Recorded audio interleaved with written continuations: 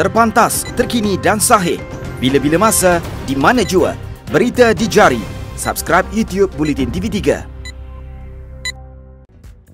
Buletin 1.30 24 Oktober bersama saya Azaria Tagaya. Tajuk utama tengah hari ini.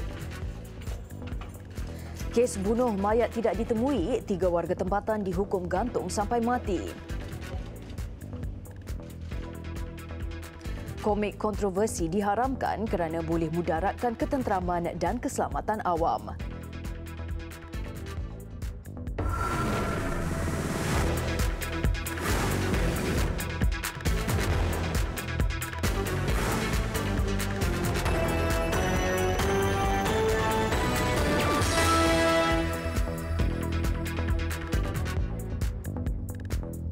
Assalamualaikum dan salam sejahtera. Isu kuasa Mahkamah Syariah dalam kes hak penjagaan anak atau hadana serta kes nafkah antara yang menarik perhatian dalam sidang Dewan Rakyat pagi tadi. Turut dibahaskan latihan komando menggunakan peluru hidup oleh Angkatan Tentera Malaysia ATM untuk butirannya. Kita bersama wartawan Ridwan Husin di Parlimen. Silakan Ridwan. Baik, terima kasih Azaria. Tindakan Kementerian Dalam Negeri KDN dalam mengharamkan komik inisiatif jalur dan jalan meraih manfaat bersama adalah berdasarkan asas yang kukuh dan bukannya berdasarkan sentimen atau politik. Menterinya Tan Sri Muhyiddin Yassin berkata tindakan itu dibuat setelah komik terbabit didapati boleh mendatangkan mudarat ketenteraman dan keselamatan awam. Kita dah teliti dan kaji dan memang ada asas kukuh, bukan kerana apa-apa sentimen ataupun tindakan terhadap mana-mana pihak, hanya berdasarkan konten, apalagi telah diedarkan dalam negara dan lepas itu dibantar ke sekolah. Jadi isu ini telah menjadi satu perkara yang agak serius, sebab itu saya kena ambil tindakan secepat mungkin. Beliau yang ditemui di lobi Parlimen juga berkata KDN akan melakukan tindakan susulan perwataan itu dengan merampas komik berkenaan jika masih diedarkan. Beliau turut menasihatkan semua pihak agar tidak membaca komik itu. Semalam, KDN mewartakan perintah larangan terhadap komik berkenaan termasuk dalam versi bahasa Inggeris dan Cina kerana cuba mempromosikan ideologi komunisme dan sosialisme selain fakta salah serta mengelirukan. Sesiapa yang mencetak, mengimport, menghasilkan semula, menerbit, menjual, mengeluar, menawarkan untuk menjual atau memiliki komik terbabit boleh dipenjara tidak lebih 3 tahun atau didenda tidak lebih RM20,000 atau kedua-duanya. Latihan komando menggunakan peluru hidup akan diteruskan Angkatan Tentera Malaysia ATM. Menteri Pertahanan Muhammad Sabu berkata meskipun pihaknya sedar akan risiko tinggi yang dihadapi anggotanya, latihan sedemikian dilihat perlu bagi melahirkan anggota serta pegawai yang kental, berani, berkualiti dan berkeyakinan tinggi. Pihak kementerian tidak menafikan risiko yang terdedah kepada anggota yang terlibat dengan latihan sebegini. Namun ianya adalah setimpal dengan hasil yang diperolehi berdasarkan kemampuan 21 grup khas menyediakan pengawal dan anggota berkenan tinggi dan bermotivasi untuk terus melaksanakan misi khusus dan strategik negara. Justru itu, latihan sebegini akan diteruskan bagi mengekalkan dan meningkatkan kompetensi pasukan khusus. Beliau berkata demikian ketika menjawab soalan berkaitan insiden kematian pegawai komando Allahyarham Major Muhammad Zahir Armaya yang terkena tembakan ketika demonstrasi 4 September lalu. Tegasnya di dalam gimik demonstrasi itu, prosedur operasi standard SOP yang digunakan adalah prosedur tetap latihan yang dipraktikkan semua pasukan khas di seluruh dunia.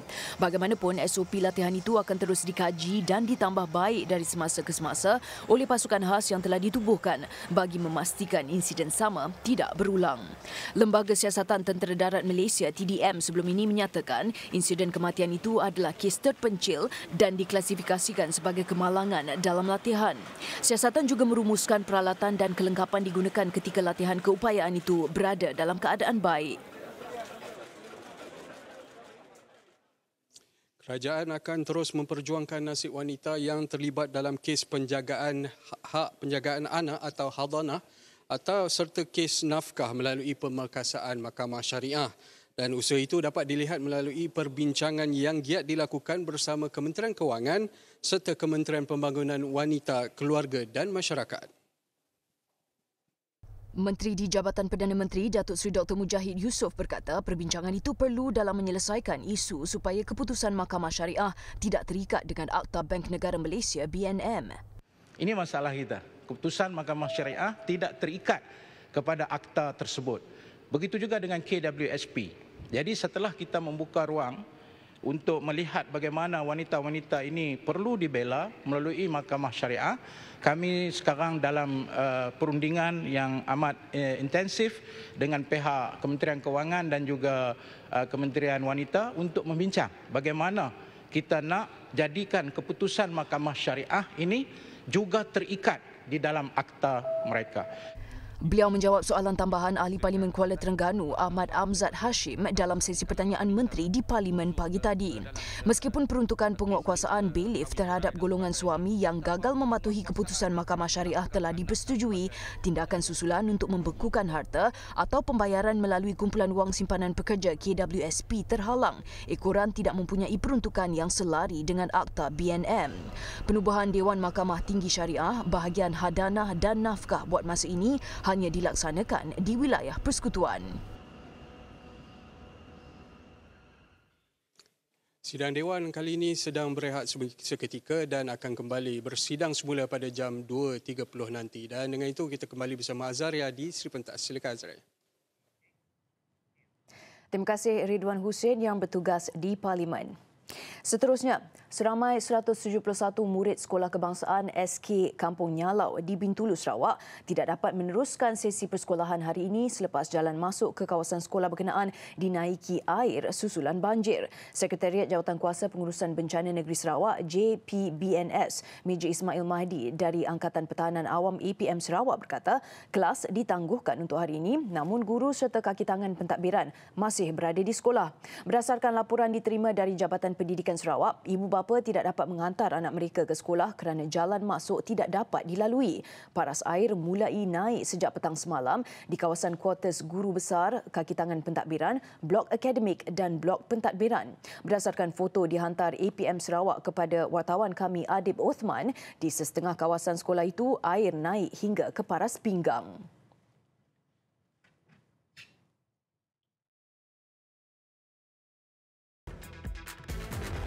Disempurnakan oleh Vivo Nex 3, masa depan tanpa batasan.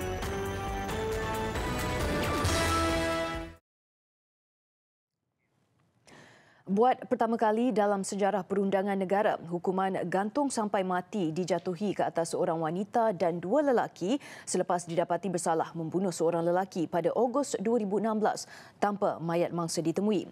Keputusan itu dibuat Hakim Mahkamah Tinggi Shah Alam Datuk Abdul Halim Aman selepas meneliti kesemua pernyataan suspek dan saksi. Muhammad Zulhaimi Darus dan Siti Nurasiah Abdul Wahab dituduh bersubahat dengan Muhammad Rahmat Nazaruddin untuk membunuh mangsa Muhammad Fairul Hakimi 21 tahun pada 29 Ogos 2016 di Villa Sentosa, Kelang.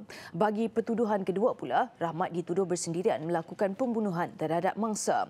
Hakim Datuk Abdul Halim ketika membacakan keputusan berkata, pembelaan ketiga-tiga tertuduh secara keterangan bersumpah dalam kandang saksi adalah berbentuk rekaan dan penafian semata-mata. Beliau turut menyifatkan perbuatan kesemua tertuduh sebagai kejam, teruk dan tidak berperi kemanusiaan selain dilakukan dengan penuh niat untuk membunuh mangsa. Mahkamah mengarahkan semua tertuduh dihukum gantung sampai mati mengikut Seksyen 302 Kanun Keseksaan. Sepanjang perbicaraan, 12 saksi pendakwaan dipanggil memberi keterangan serta 41 ekshibit dikemukakan.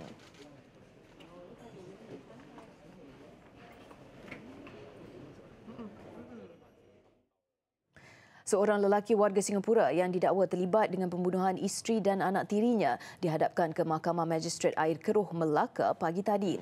Tiada pengakuan direkodkan daripada tertuduh Syahrul Nizam Zuraimi, 31 tahun, di hadapan Magistrate Muhammad Nazri Ali Rahim. Tertuduh didakwa melakukan bunuh dengan menyebabkan kematian Nur Fazira Bidin, 27 tahun, di sebuah rumah di Taman Merdeka Jaya, Batu Berendam antara 9 malam 6 Oktober hingga 1 pagi 7 Oktober lalu. Dia juga didakwa melakukan perbuatan sama terhadap seorang kanak-kanak, Muhammad Iman Ashraf Abdullah, 11 tahun, di lokasi dan masa sama. 10 Oktober lalu, polis menemui 8 bahagian anggota badan manusia dipercayai milik lebih seorang individu yang dibuang ke dalam semak di Kampung Ladang, Krubong. berlangsung. Susulan itu, suspek ditahan dengan kerjasama polis Singapura. Kejadian dipercayai berpunca daripada perasaan terlalu marah kerana tidak puas hati dengan isu yang ditimbulkan mangsa. Dua kepala dipercayai milik kedua-dua mangsa itu turut ditemui di siling sebuah rumah di Taman Merdeka Jaya yang dipercayai menjadi lokasi pembunuhan dua beranak itu. 16 Disember ini ditetapkan untuk sebutan semula kes sementara menunggu laporan lengkap bedah siasat. Tiada wang jaminan ditawarkan kepada tertuduh. Seorang lelaki mengaku bersalah mencabul nenek berusia 90 tahun di Mahkamah Magistrate Sungai Siput Utara. Tertuduh Zawari Osman, 55 tahun, didakwa menggunakan kekerasan jenayah mencabul kehormatan mangsa secara fizikal. Kejadian berlaku pada 22 Oktober di Kampung Karai, Enggur, Perak. Semasa pendakwaan sedang berlangsung, tertuduh dua kali cuba melarikan diri dengan memanjat kandang tertuduh. Namun cubaan itu dipatahkan oleh anggota polis bertugas. Tertuduh didapati pernah melakukan kesalahan sama 2 tahun lalu dengan mencabul wanita warga emas berusia 65 tahun dan dipenjarakan 12 bulan. Magistrate Nur Hapsarina Ayub menjatuhkan hukuman penjara 4 tahun kepada tertuduh bermula hari ini.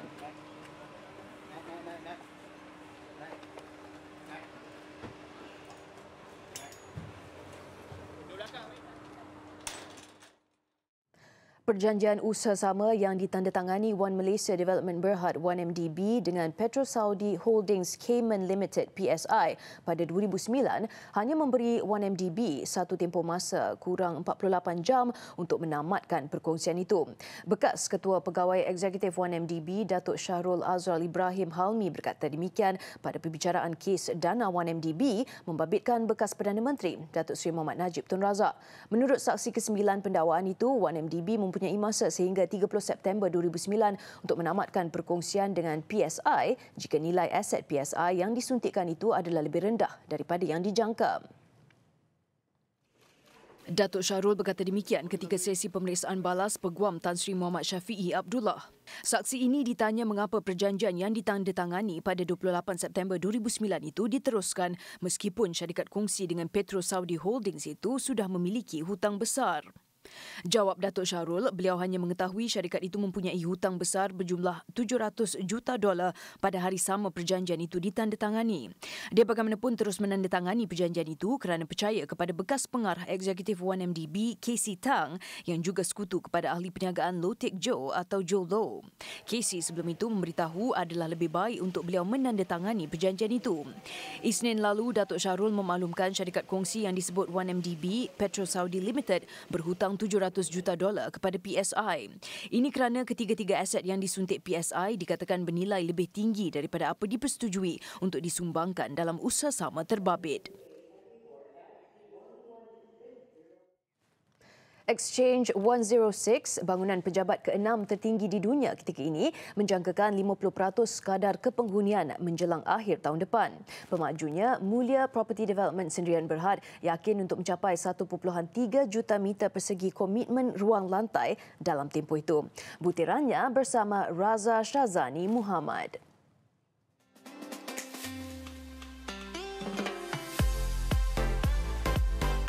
Exchange 106 adalah ibu projek dalam pembangunan Tun Razak Exchange TRX, hub kewangan perniagaan dan inovasi baharu Kuala Lumpur. Mula dibinakan pada September 2016 dan siap pembinaan strukturnya pada Ogos lalu.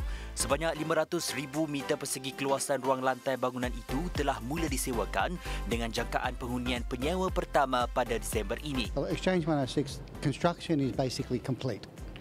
We have partial CCC for half the building, and our tenants, and we're now working with our tenants on getting their fit out ready, and their planning underway so they can move in the end of this year and first quarter in January.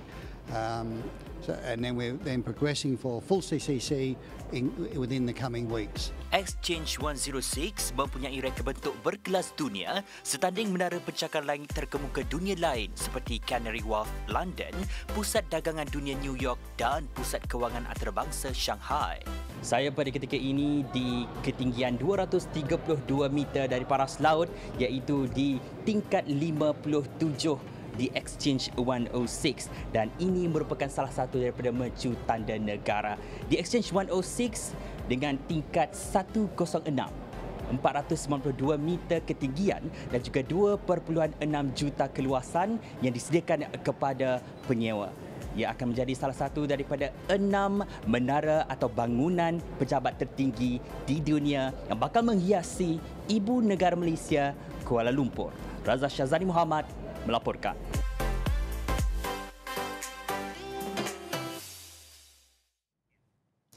International Workplace Group IWG merancang membuka 2 lagi ruang kerja Spaces di Kuala Lumpur dan Pulau Pinang menjelang hujung tahun ini. Terkini, kumpulan itu membuka ruang kerja jenama terbabit yang pertama di KL Platinum Central. We have got 85% of the location occupied. So we got another 15% to go. So it's been a great start. Usually we expect a start to be 30-40%. So I'm sure the next question will be who are they? So it's basically the technology clients that has been in this place. It attracts a lot of startups and small SMEs. So Semalam berlangsung majlis pembukaan lokasi sulung Spaces di KL Platinum Central. Spaces menampilkan ruang pejabat yang merangkumi 5 tingkat sekaligus menjadikan ruang kerja terbesar di Malaysia di bawah kumpulan IWG. Ia menempatkan bilik mesyuarat, ruang menjalankan urus niaga serta kafe selain menawarkan konsep ruang kerja terbuka dan bertenaga untuk usahawan.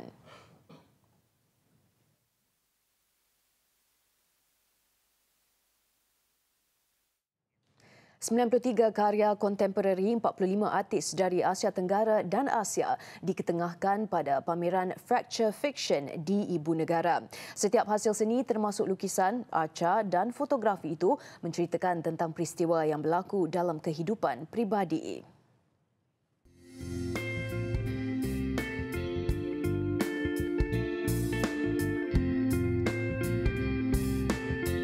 Pameran Fracture Fiction ini kita dapat memperkenalkan koleksi dari Ilham sendiri, dan kedua kita ingin berkongsi bagaimana koleksi ini adalah satu koleksi yang agak meluas di satu sudut. Maksudnya meluas tu dari segi macam mana kita melihat seni bukan saja berlaku hanya di setempat, tapi seni berlaku di maksudnya global, di seluruh dunia. Pemilihan karya-karya yang ada dalam pameran ini berdasarkan medium dan juga isi karya, apa yang cuba disampaikan. Jadi kami cuba melihat dari sudut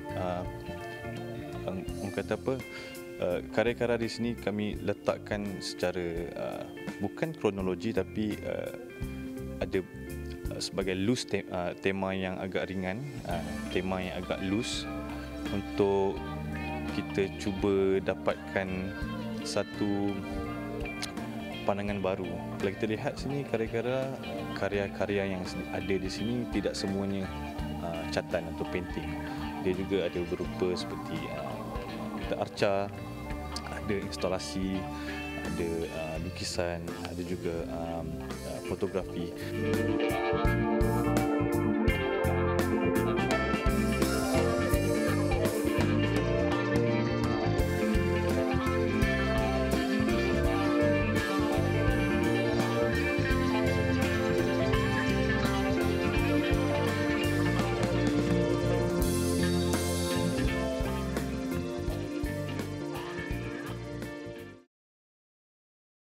Besar impaknya. Laris selepas hasilnya. Pantas menampilkan prosiding ini secara keuangan maya. Berita di jari. Subscribe YouTube Bulletin TV3. Kita ke berita dunia. Polis United Kingdom kini melancarkan gerakan bagi memburu kumpulan yang menjalankan aktiviti perdagangan manusia susulan 39 pendatang ditemui mati dalam sebuah kontena di Essex semalam. Terdahulu, polis menahan seorang lelaki berasal dari Ireland Utara yang dikenal pasti sebagai Morris Robinson, 25 tahun, yang merupakan pemandu lori berkenaan bagi siasatan lanjut. Difahamkan lori itu masuk ke Britain pada Sabtu lalu dan semua mangsa berada di dalam kontena sekurang-kurangnya 4 hari sebelum mayat mereka ditemui. Ketua Eksekutif Persatuan Pengangkutan Darat Britain, Richard Burnett, berkata kesemua 39 pendatang yang ditemui berkemungkinan maut akibat kesejukan. Ini kerana kontena itu mempunyai sistem sejuk beku yang boleh mencapai suhu negatif 25 darjah Celsius dan mampu membunuh seseorang dengan sangat cepat.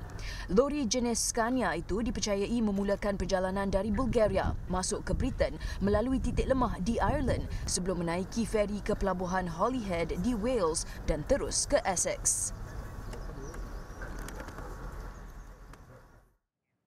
2 maut manakala 4 lagi dilaporkan hilang selepas hujan lebat semalaman menyebabkan banjir kilat di timur laut Sepanyol. Bencana tercetus selepas puting beliung melanda pulau pelancongan Ibiza menyebabkan bangunan musnah, pokok tumbang dan penduduk terperangkap. Polis berkata mayat seorang lelaki berusia 70 tahun ditemui kira-kira 40 km ke utara Barcelona selepas kenderaannya dipercayai dibawa arus deras. Seorang lagi lelaki berusia 52 tahun maut di hospital di barat daya Barcelona selepas dilanggar kereta api dalam kejadian ribut.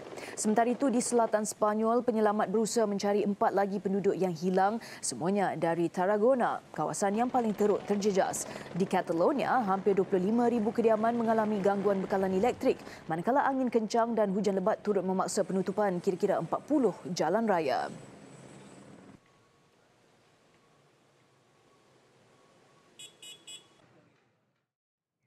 Amerika Syarikat mengumumkan pembatalan sekatan yang dikenakan ke atas Turki 9 hari lalu setelah Ankara bersetuju untuk melanjutkan gencatan senjata di sepanjang sempadan Syria.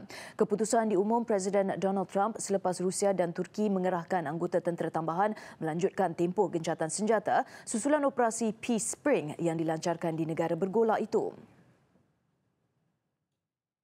Should Turkey fail to honor its obligations, including the protection of religious and ethnic minorities, which I truly believe they will do, we reserve the right to reimpose crippling sanctions, including substantially increased tariffs on steel and all other products coming out of Turkey.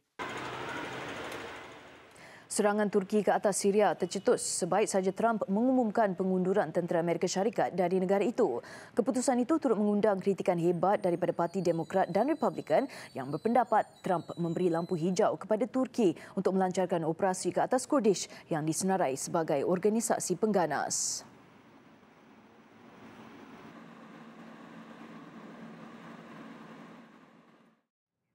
Raja Arab Saudi, Raja Salman Abdulaziz Al Saud melantik Faisal Farhan Al Saud sebagai Menteri Luar baru. Saud yang berkhidmat sebagai duta ke Jerman bakal menggantikan Ibrahim Al Asaf yang tidak sampai setahun menyandang jawatan itu.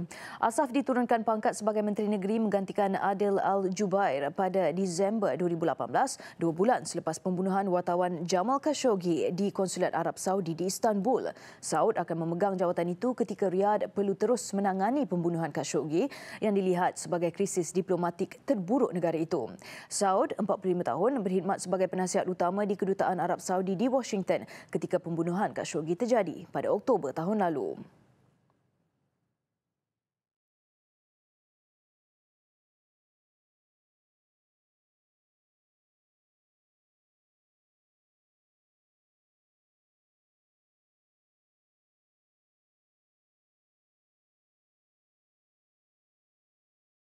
Besar impaknya. Laris selepas hasilnya. Pantas menampilkan prosiding ini secara keuangan maya. Berita di jari. Subscribe YouTube Bulletin TV3. Beralih ke perkembangan sukan, skuad bowling negara terus mengharumkan nama Malaysia di Kuwait apabila tim hitam mempertahankan pingat emas acara perseorangan lelaki pada kejohanan 10-pin bowling Asia edisi ke-25 di Selmia. Kejayaan tim ini bertambah manis setelah berjaya merekodkan permainan sempurna pada permainan ke-6 yang juga terakhir bagi membawa gelaran juara selepas mengumpulkan 1,556 jatuhan pin. Pemain India Dhruv Sarda yang mengumpul 1,524 mata berada di tempat kedua. Manakala wakil Jepun Shusaku Asato yang ketinggalan 3 jatuhan pin membawa pulang gangsa. Kejayaan tim ini juga menjadikan keseluruhan 2 pingat emas yang dimenangi skuad bowling negara setakat ini selepas Charlene Zulkifli menghadiahkan pingat pertama dalam acara perseorangan wanita semalam. Sin Lee Jane pula menyumbang 1 pingat gangsa. Pada kejohanan sama di Hong Kong 3 tahun lalu, tim ini memenangi pingat emas pada hari pembukaan sekaligus berjaya membantu skuad bowling negara mengumpul keseluruhan 3 emas, 2 perak dan 4 gangsa. Buletin 1.30 sampai di sini. Sebelum berpisah, kami tinggalkan anda dengan visual jentera litar memasuki bandar. Saya Azaria Tagaya.